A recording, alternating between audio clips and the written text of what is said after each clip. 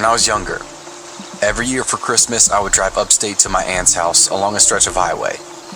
I cannot for the life of me remember the name of this road. All I know is that it runs nearby Akron, New York. However, for most of the drive, it's through rural areas with little to no towns nearby. It was the dead of night, and my groggy self had gotten off a long shift and had to drag my ass to my aunt's house since my extended family was expecting me the following morning. Near halfway through the drive, I realized I was low on gas, which irritated me. My brother told me he had filled up the day before, so either he forgot or was just straight up lying. I saw this archaic looking sign for a gas station off the next road. It wasn't an official road sign, it was just literally a pole with a slab of metal attached to it, the sign saying, "Gas, off next exit," or something along those lines. It seemed a little sketchy, but people do the same thing with fruit stands on highways, so whatever. I pulled off the next exit on this dilapidated ass country road through dense woods. The whole thing was creepy and surreal. I kept expecting Leatherface to come running out of the trees with a chainsaw. Eventually I made it up to the gas station and quickly realized it definitely hadn't been open for years. It was all rusted and the convenience store's roof was caving in. The gas pumps had been taken out as well. I pull over next to it and check my gauge. Would probably only make it another half mile before running out, so I called AAA and they said they'd send a truck over. Now I just had to play the waiting game. I left my engine on because when the headlights were off, everything was pitch black and my paranoid self wasn't going to sit next to an abandoned gas station in the middle of forest and in complete darkness. So most of the wait went, well, uneventful. Until I sensed movement around the side of the old store, where my headlights were pointed. I look up and didn't see anything, so I just looked back down at my phone. Then, over the sounds of the night, I hear someone yell to me, "Hey buddy, come here," in this demanding tone. I look up, and no joke, there's a dude standing by the old store, looking toward me, illuminated by my headlights. He looked like a run-of-the-mill homeless guy. I was spooked and figured he must have been squatting there. As I continued to watch him, I rolled down my window and yelled something like, "Yeah, what's up?" Still mentally crapping myself. I had my foot ready to floor it out of there at the first sign of trouble. "You got any change?" "No, sorry, I don't, man." I look up at him, and he has this vacant expression, as if standing there stiff. I see more movement. There are heads. I'd say at least 20 or so heads peeking around the trees beyond the man I'm talking to.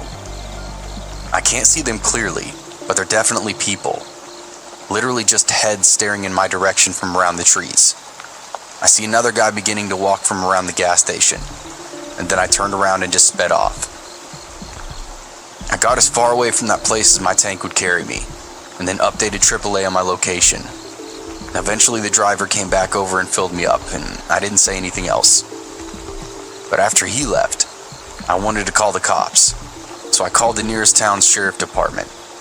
They told me they sent a trooper over and I gave them the location.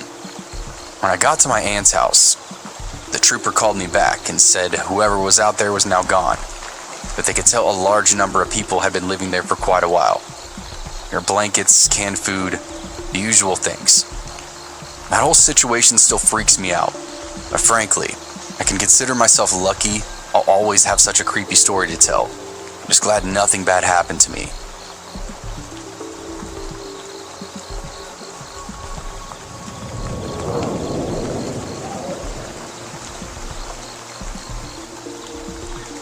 Most of the neighbors on our street are friendly. We look out for one another. We text, chat, and say hello when we see one another, etc. It's a very sweet feeling of a community. In the past, there had only been one household that wasn't interested in being friendly with any of us. An elderly woman, mid-70s. We'll call her Maud. And her son, who's in his mid-50s, and we'll call him Don. My partner and I attempted to wave and say hello, only to be met with cold stares. Once my dog managed to slip out of his collar and ran through their yard while Maud was getting out the mail. The glare I received from her while trying to catch the dog left me with a feeling hard to shake. You know that unexpected gut punch feeling? When you become the object of a stranger's misery and hatred? Anyways, We learned quickly to stay out of her way, and we even barely ever saw Dawn. The blinds were always closed tight. They rarely left the house, and no one ever visited. The last I saw of either of them was at the beginning of August in 2021. Dawn was getting the mail while wearing blue latex gloves. I thought it was weird, but in early October, one of our other neighbors reached out to ask if we'd seen Maud or Dawn recently. We had not. And suddenly, we were all too aware that their grass over there was 3 feet tall. The mailbox was so full that it couldn't close anymore, and papers were spilling out onto the street. Obviously, a welfare check was called. The neighbor who had put herself directly in charge of communicating with the police called shortly after the check and told us to sit down. Maud and Dawn were both dead, and had been dead for 6 to 8 weeks. It appeared to be a murder-suicide, the assumption being that he killed her. I paced the rest of the day in front of my living room windows, watching the crime scene van pull up, the officers in and out of the front door, taking breaks somberly chatting in the front yard. And then after a few hours, out came the body bags. The smell was something I'd never experienced before and will never forget again. The following weeks, I thought of how many times I'd walk by the house with my son and dog, while 2 bodies sat rotting. I stayed up for a few hours a few nights trying to find out anything I could. Nothing. No news stories, crime reports, or anything. So I dug into Maud's history. All I could find was that she'd been buried in a north field, dedicated to the unclaimed. I kept a close watch on the house, and researched the legal proceedings it would go through since there was no kin. Looking at that house, it always felt cold and sad before, but now it felt dark, haunted. I became obsessed with Maud's story, with no way of getting any answers. Her house just staring back at me blankly every single day. Back in the spring, my young son and I were out catching fireflies. We would stand still, waiting for one to blink, and then run in that direction. It took us up and down the street multiple times.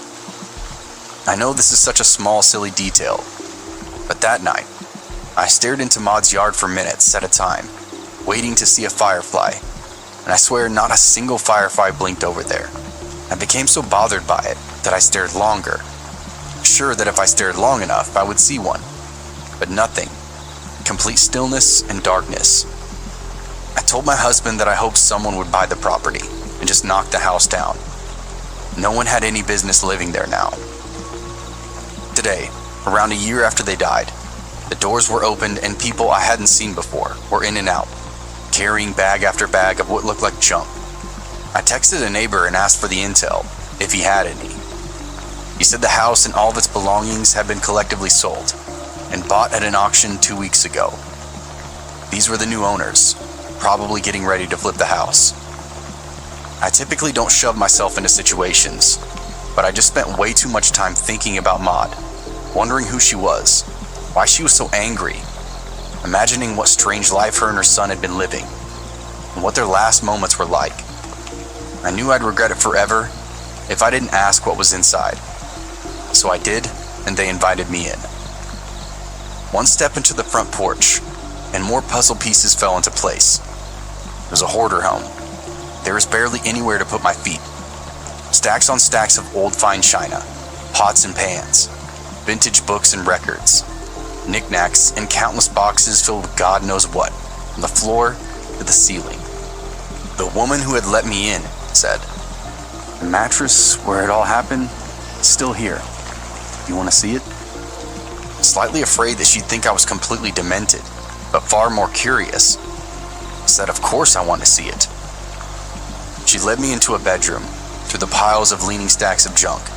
She walked into a cramped small bedroom with a twin-sized bed, and then pulled the blanket back. If you've seen what decomp stains look like, then you can imagine what I saw. After processing, I asked, "So this is where Maud was found?" "I think they were both in here. I'm trying to piece it all together. I haven't even started in the other corner bedroom, but I'm hoping it'll give me some answers. I'll be here organizing and sorting over the next few days. You're welcome to join me if you'd like." I told her that I would love nothing more. So after all of these months, I'm excited to have a chance to get some answers to everything I've been wondering about, to get a sense of who Maud was, to possibly find a way to honor what seems to have been a very sad life, to maybe get some clues into why her son murdered her. Her son, who I found out shortly after seeing this house, was a deeply troubled sex offender. He was charged by the FBI for CP and soliciting a minor in 2014. I hope to do all of this without any bad energy attaching itself to me. I do keep wondering, why, if this was a murder-suicide, did the police not go into a deeper investigation? Is it because there were no kin to care?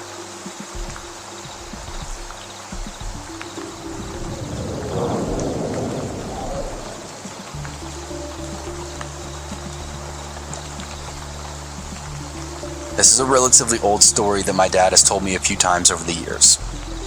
I myself have never been able to witness the house, through the description that I've been given by multiple men, 20-something years after seeing it, gave me a very vivid mental image.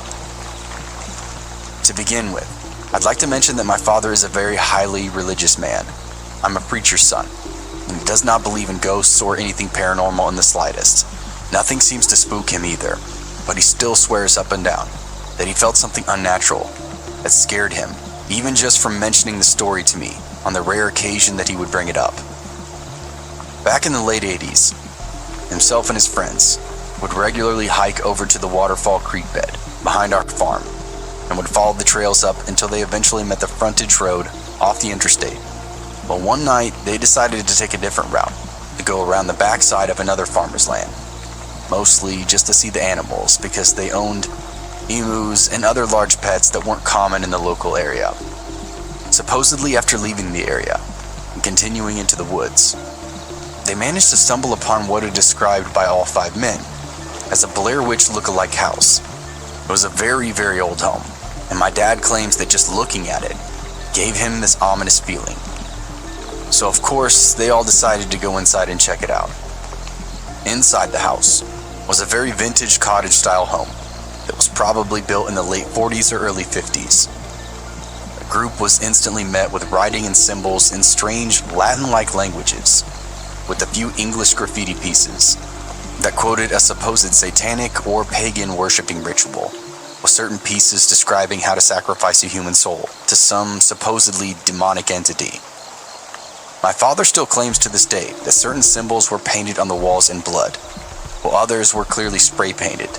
And I find it easy to believe, because he also worked as a firefighter for years before this happened, and had a lot of experience with seeing human blood, dismembered bodies on the freeway after car accidents. Past the small living or kitchen area was a stairwell that was so small that their shoulders would physically brush the other side of the wall as they went up the stairs.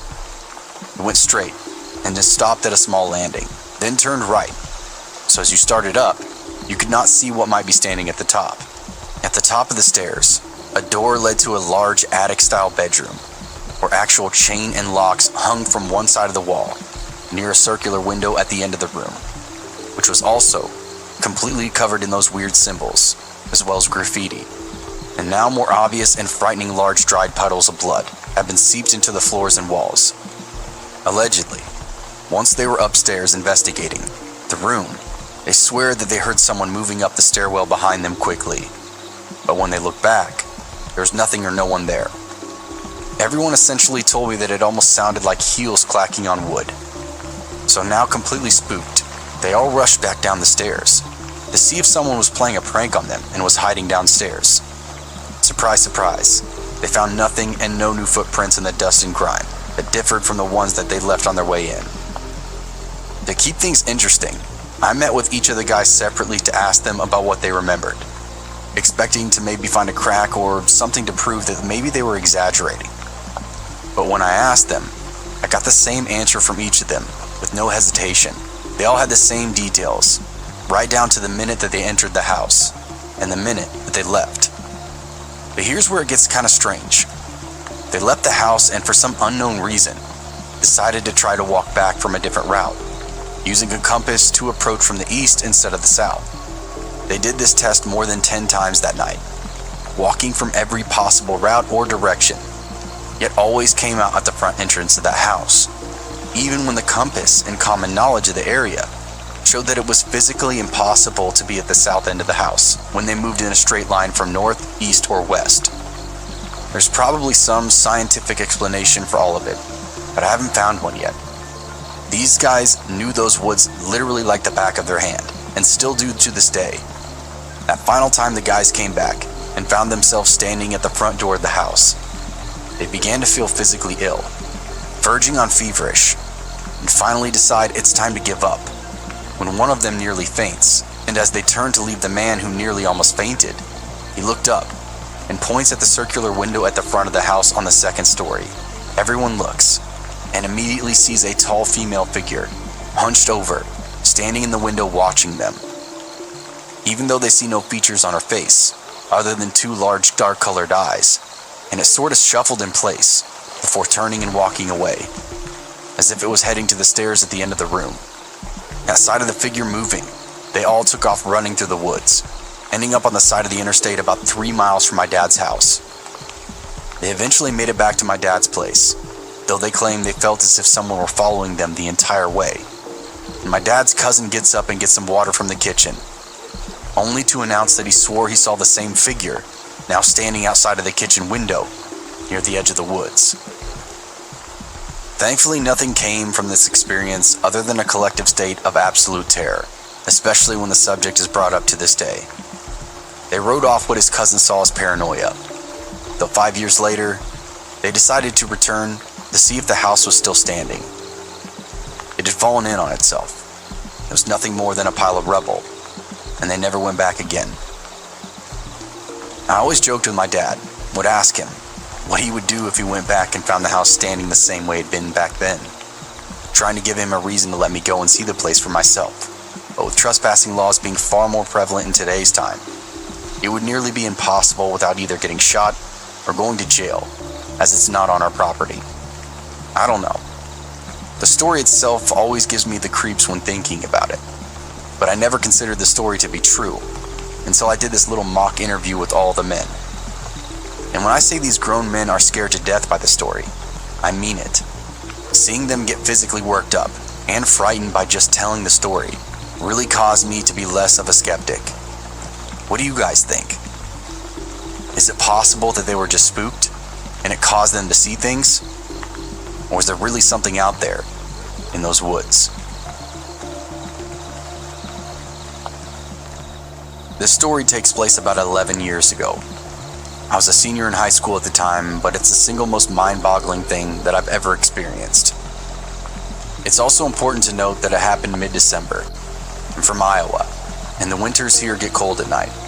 Like if you get stuck outside, you will die kind of cold. That plus snowfall makes everything dead silent. You can hear anything and everything inside the house and even immediately outside of it. Me and my best friend were hanging out in my family's walkout basement, just having a boring winter night playing video games. We were also the only ones home. The reason it was just us is because my mother went straight from work to a bar to grab a few drinks with coworkers. So me and my friend thought it would be a good idea to break into the family wine and live a little. As we were sitting there opening up the first bottle, I hear the door to the garage open and then slam shut. I immediately go, oh shit, and start looking for places to hide the bottle. My friend then says, hey, I thought your mom was supposed to be out all night. She was, I replied. Then I hear a few heavy stomps, and my mother yell out, anyone home? I yell back up the stairs. Yeah, just hanging out in the basement. I hear a few more steps move from the garage door toward the stairs, and then she yells out again. Hey, can you come up here? I need your help with something. I need you up here. I reply back while frantically trying to find a good place to hide the wine bottle. Yeah, just give me a minute, Mom. Then there was silence for about 20 seconds. Anyone down there with you? She yelled back in a more concerned, serious tone, in a voice that was slightly off from my mother's. This was the first thing that told me something wasn't right.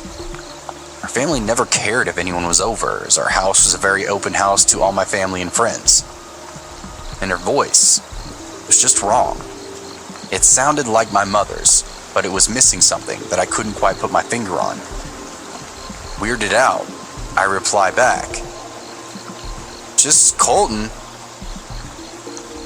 After I yelled that back to her, I found a good place to hide the bottle and began walking up the steps to the next level. Now, as I'm walking up the steps, I couldn't help but feel the overbearing silence of the house and the slight electric twinge. Something isn't quite right. When I got to the top of the steps, I look over to where the door to the garage is, and also the kitchen right next to it. It's black, pitch black. All the lights were off, and there was no moon shining through any windows. I walk over to the kitchen, yelling out, "Mom, where are you?" No reply, silence and darkness.